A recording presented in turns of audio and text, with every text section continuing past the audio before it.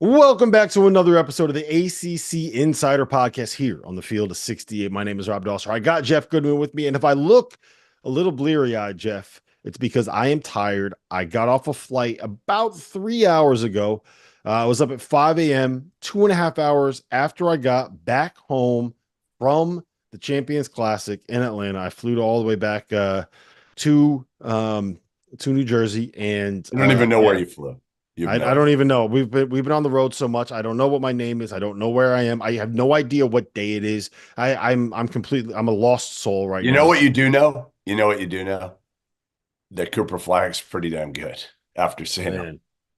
26 points, 12 boards, 2 assists, 2 blocks, but also 2 turnovers in the last 25 seconds that I, this is going to sound harsh, that cost Duke a win against Kentucky in the Oh, Champions Classic. It did. The turnovers did. He was the best player on the floor. are you kidding? Turnovers Did lost the you game. really say that? Can we edit that, please? Cost them the game. He's the only reason they were in the game. That is also fair. That is also fair. Look, we have a much longer conversation about Duke and Kentucky in the Champions Classic over on the field of 68 after dark, and I don't want to rehash what was a 45-minute breakdown after the game last night, but I will just say I am not in the least concerned about Duke at all. I thought that they were a couple of wide open threes with like I'm not going to make the excuse, or John's not going to make the excuses. I'll kind of just put this in the ether. The Spalding basketballs that they were using are basically like outdoor basketballs. They stink. I don't know why teams use them. But they missed a bunch of wide open threes that could have been the nail in the coffin of a win that would have been like a 12 to 15 point win if they go down.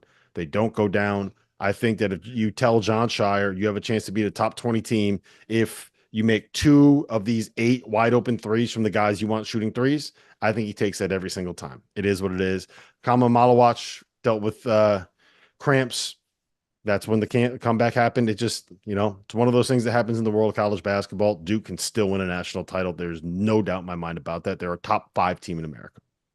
Yeah, I mean, they control most of the game, right? I mean, other than the first few minutes when Kentucky could miss, and the last few minutes, Duke pretty much controlled the game. And, listen, to me, you just watch him now as opposed to a year ago, and you just like, there's something about him, connectivity, and it starts with Cooper Flag, right? Like he plays the game the right way. He wants to win. He doesn't care about any of the crap around him, right? Like even, with the media, he doesn't, it's not disrespectful. He just doesn't really care. He just wants to play ball and win. And I think everybody else kind of falls in line of that because he's not a guy who wants the attention. He's turned down a million interviews in the preseason because he wants to be regarded by his teammates as just another guy. But he's Right. not. He's not just another guy because you saw it at the end of the game. John Shire gives him the ball as a 17-year-old freshman and says, "Hey, you know what? I trust you. Go win us this game." And, yeah, he slipped at the end. He made an ill-advised, drive to the basket.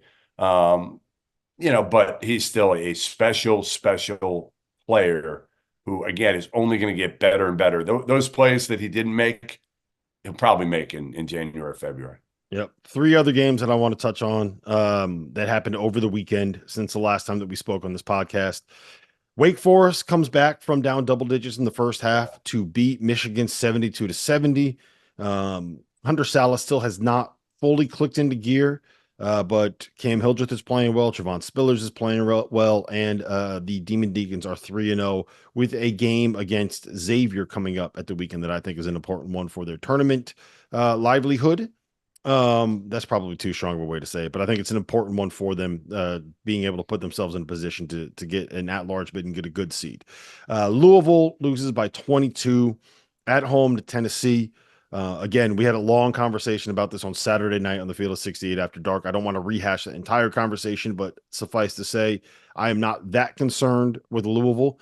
Um, Are you more concerned now after watching Kentucky and then saying, okay, Kentucky's here. They just won a game against Duke and Louisville at home kind of stunk the bed, in that game against Tennessee at home.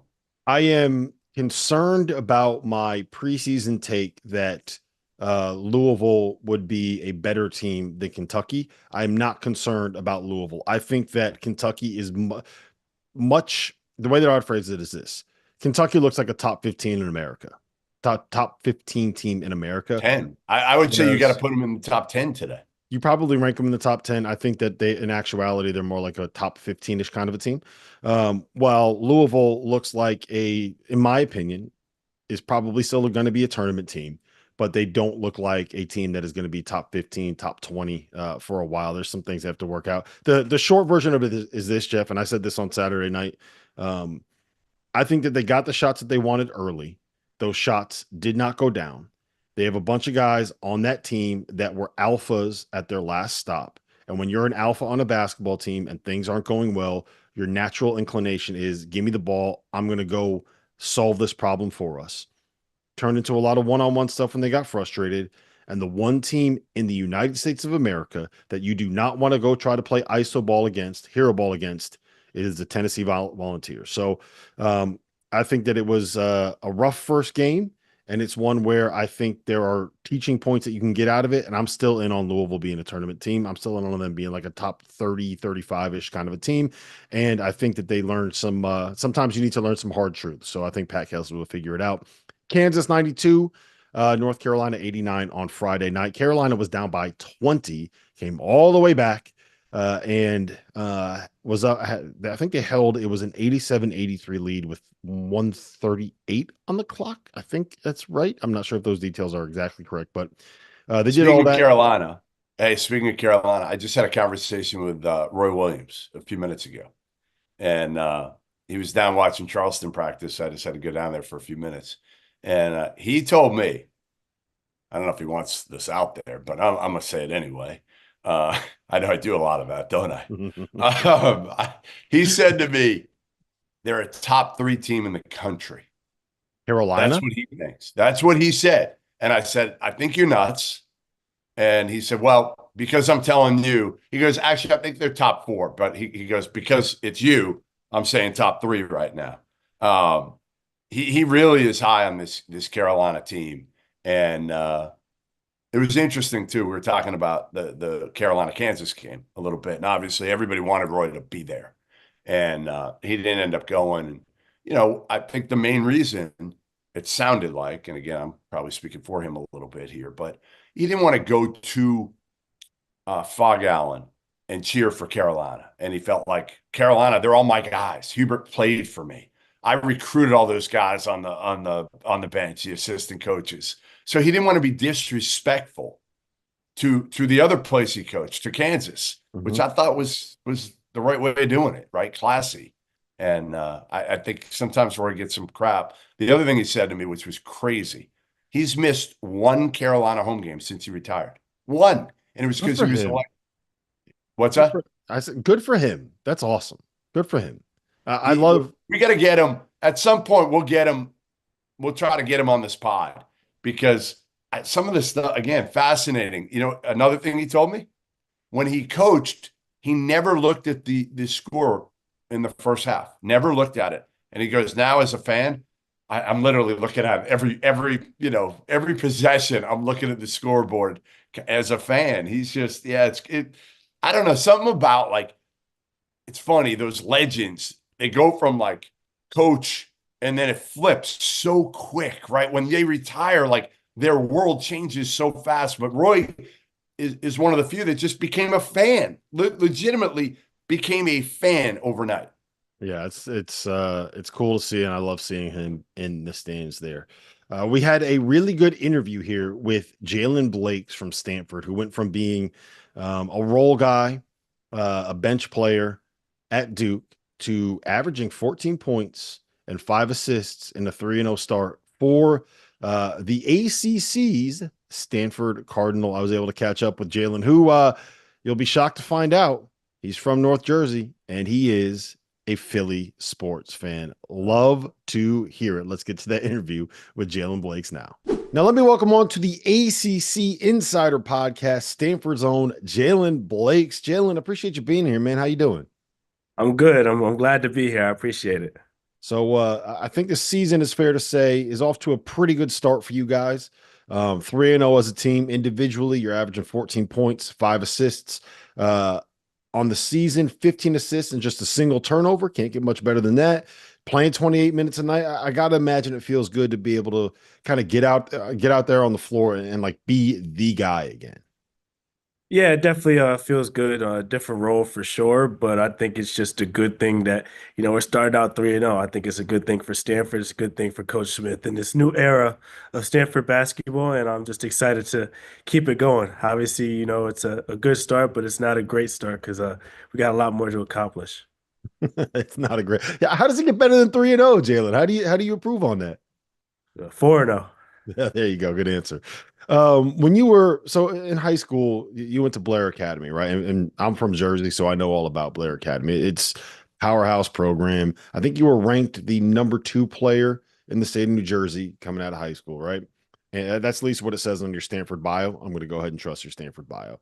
You get to Duke, and suddenly it's like boom, you're kind of more of a role player. When you grow up as being one of the best players, as high school, middle school, and then you get somewhere else and you're asked to kind of be a role. Like, how difficult was that adjustment for you? I think no matter where you are, you're always playing a role. Some roles are larger than others, and in high school, I think I had the ball in my hands more a little bit more. But once I got to Duke, you kind of had to carve out a niche for yourself. And my niche was defense and, connecting the team. And I think that really helped me grow a lot as an individual and figure out what I'm really great at. And I think a lot of times when you move up a level, you have to figure out what you're really, really good at.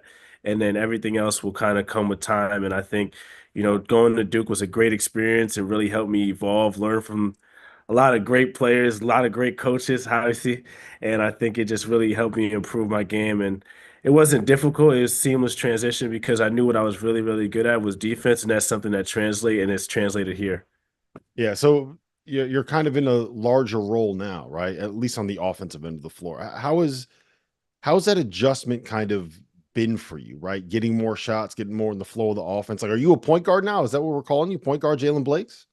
I don't know what to call it. I'm just playing basketball at this point, but it's definitely been there's definitely growing pains for sure that come with it because it's obviously a new role, but I think the coaching staff has been great and kind of giving me grace in a sense where, it's okay to make a mistake. It's okay to, not be perfect all the time because nobody's perfect. And I think for myself, I'm trying to be a perfectionist in everything that I do. And a lot of times it's okay not to be perfect because you're always working towards something and something to get better at. But again, also my teammates have been great in that, and they're just always encouraging me and giving me the confidence. And so when you get confidence from your coaches, confidence from your teammates, then it just makes you play with a lot more confidence. And, obviously I feel like I can run through a brick wall for them and no matter what goes on. Yeah, so you say running through a brick wall for them. You're new in this program. You have other faces that are new in this program, and in this era of college basketball, that is going to happen probably more and more often, right? What is it about this staff, this group of guys, these players?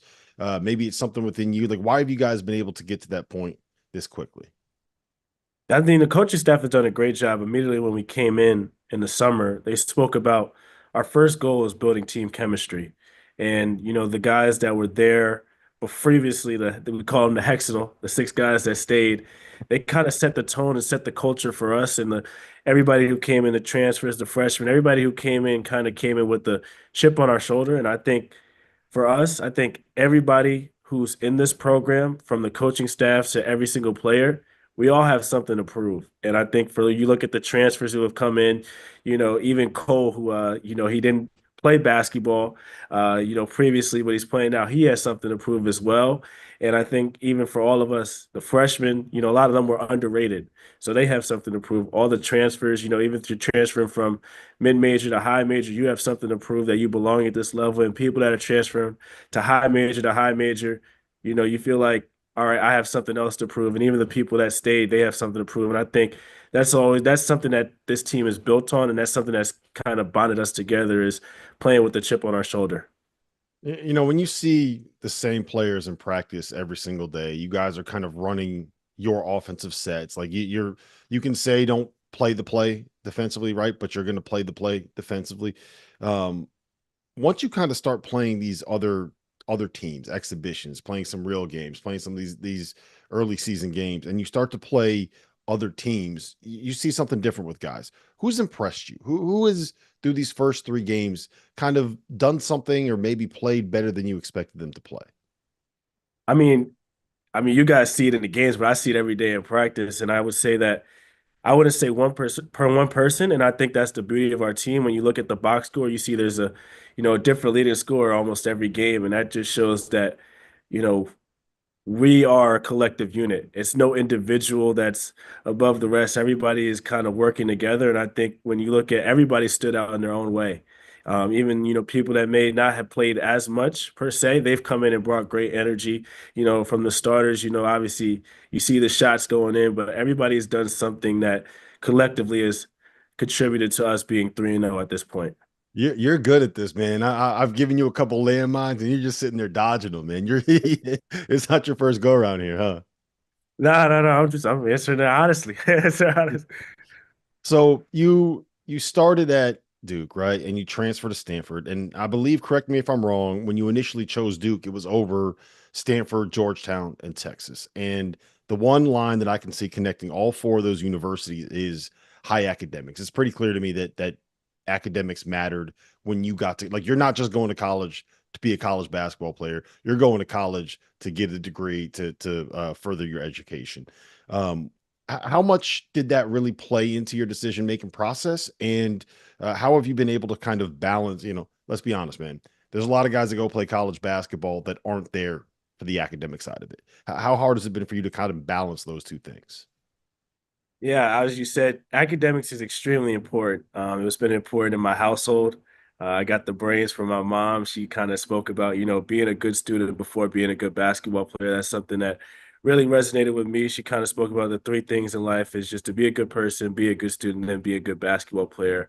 And a lot of times, it gets lost in college basketball now. You got the NIL. People are choosing schools just for the money or things like that. But for myself, obviously when you make a decision at a university, it's not just a 1 year decision, it's kind of a 20, 30-year decision. And, going to Duke, obviously, you have the basketball aspect of everything, but just the people that I was able to meet, the friends that I still have, the classes, the professors that I was able to speak to was an unbelievable experience. And when I entered the transfer portal, that was something that I wanted to build upon.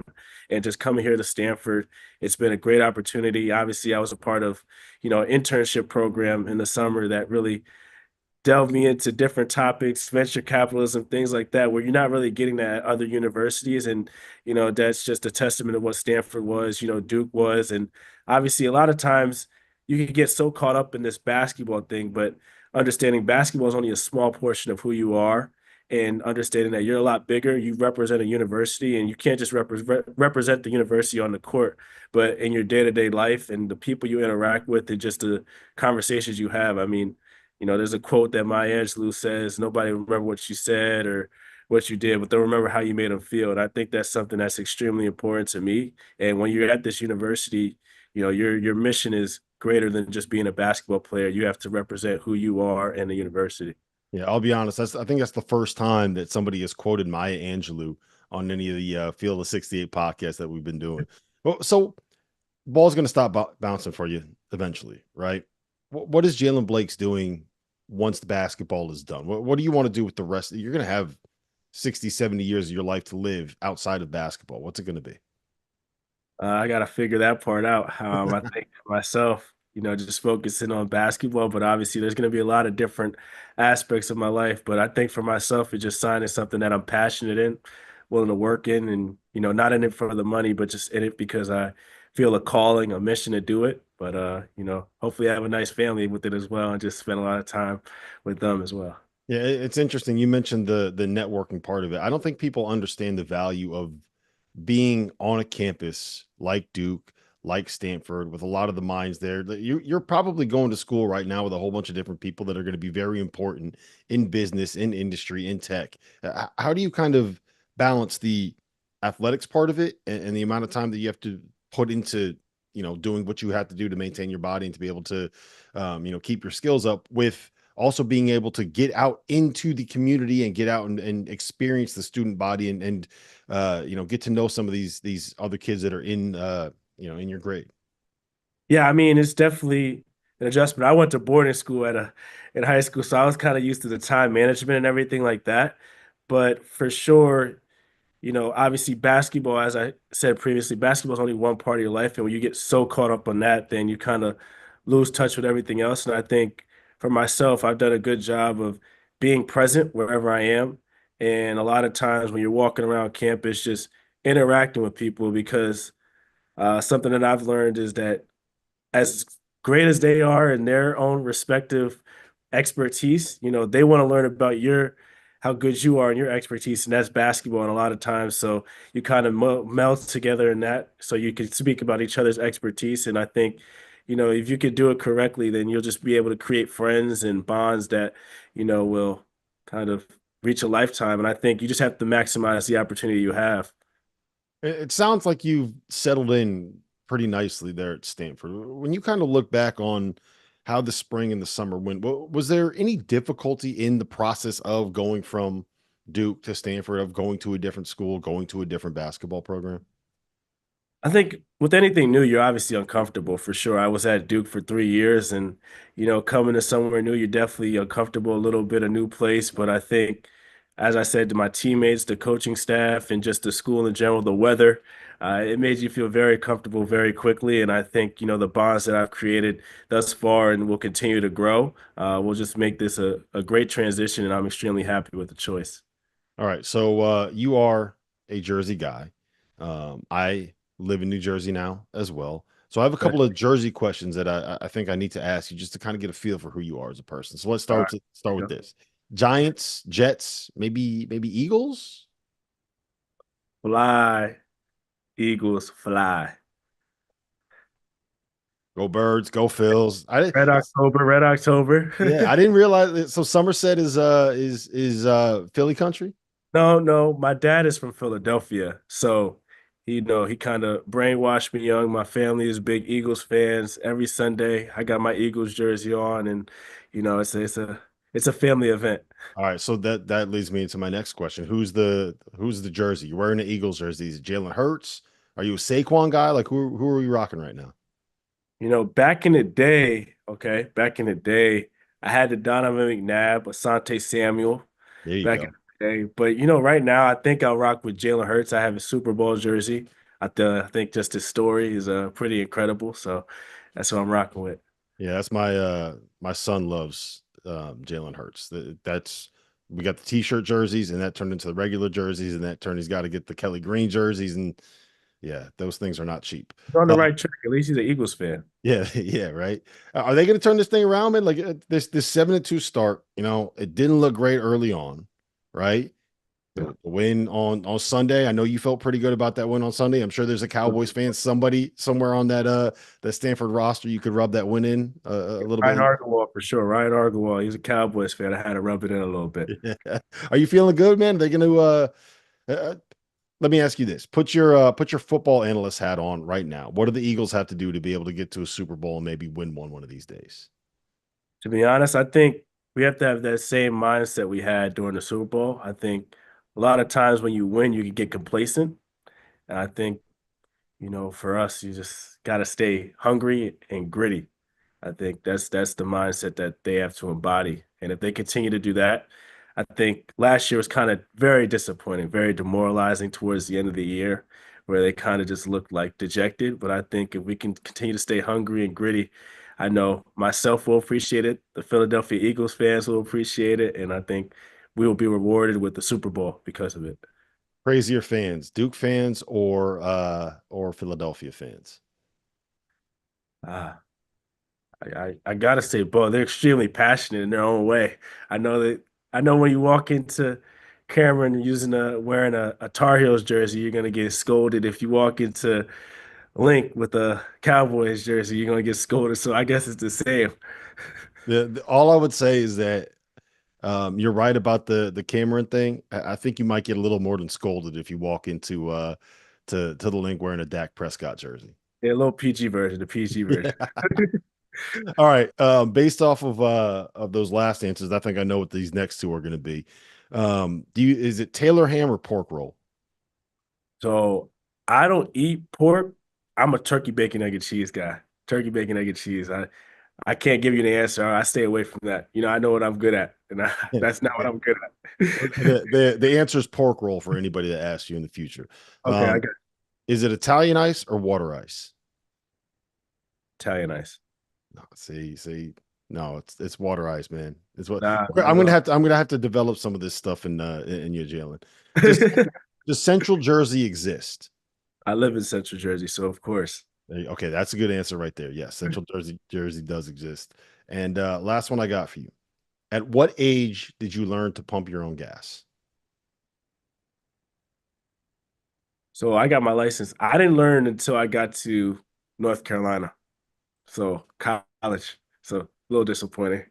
So I'm going to put this in context because that's a little bit of a weird question. And for the people listening, if in New Jersey you don't pump your own gas, you pull in, you open up, you pop the tank, and someone comes over there and fills it up for you. So there's a lot of people that when they leave New Jersey and move elsewhere, right, that they don't really know how to pump their own gas. Yeah, I had to figure it out. My dad made sure to teach me, but it's definitely a little adjusting to it. Well, listen, Jaylen, congrats on the start this season. It's great to see you, see you playing well. It's great to see you guys winning. And if you remember from Media Day, Kyle Smith told us that you guys won Media Day. So I think you are officially 4-0 on the season, right? Yeah, I guess so. I hope I won this interview too. There you go, man. There you go. Listen, I appreciate the time. Best of luck this year. All right. Thank you. Thank you very much. Appreciate it.